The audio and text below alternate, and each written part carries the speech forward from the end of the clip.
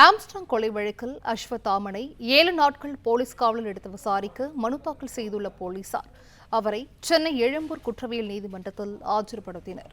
கூடுதல் விவரங்களை செய்தியாளர் வினோத்குமார் வழங்க கேட்கலாம். வினோத்குமார், இது குறித்தான முழு விவரங்கள். பகுஜன் சமாஜ் கட்சியின் மாநில தலைவராக இருந்த ஆம்ஸ்ட்ராங் வெட்டி படுகொலை செய்யப்பட்ட சம்பவத்தில் இதுவரை 22 பேர் கைது செய்யப்பட்டு தொடர் விசாரணையானது மேற்கொள்ளப்பட்டு வருகிறது.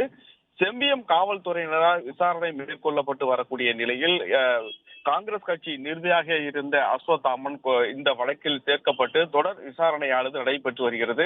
கைது செய்யப்பட்ட அஸ்வத்தாமன் பூந்தமல்லி தனி கிளை சிறையில் அடைக்கப்பட்டிருந்த நிலையில் அவரை மீண்டும் போலீஸ் காவலில் எடுத்து விசாரிப்பதற்காக 7 நாள் நீதிமன்றத்தில் மனு தாக்கல் செய்யப்பட்டதை அடுத்து இன்னும் சற்று நேரத்தில் எழும்பூர் நீதிமன்றத்திற்கு ஆஜர்படுத்தப்பட உள்ள அஸ்வத்தாமனை 7 நாள் போலீஸ் காவலில் எடுத்து விசாரிக்க மனு தாக்கல் செய்திருந்த நிலையில் அவர் தற்போது நீதிமன்றத்தில் அவர் ஆஜர்படுத்தப்பட்டிருக்கிறார். இந்த நிலையில் காவல்துறையினர் கேட்டிருக்க 7 நாட்கள் மீதான விசாரணையானது நீதிமன்ற உத்தரவுப்படி எத்தனை நாட்கள் வழங்கப்படுகிறது என்பது குறித்து விசாரணை நடத்தப்பட்டு நீதிமன்ற உத்தரவுப்படி அவர் மீண்டும் காவலில் எடுத்து விசாரிப்பதற்கு தேவையான நடவடிக்கையை செம்பியம் காவல்துறையினர் எடுத்து வரக்கூடிய நிலையில் இந்த விசாரணைக்காக அஸ்வத்தாமன் சற்று முன்னதாக எழும்பூர் நீதிமன்றத்தில் ஆஜர்படுத்தப்பட்டார்.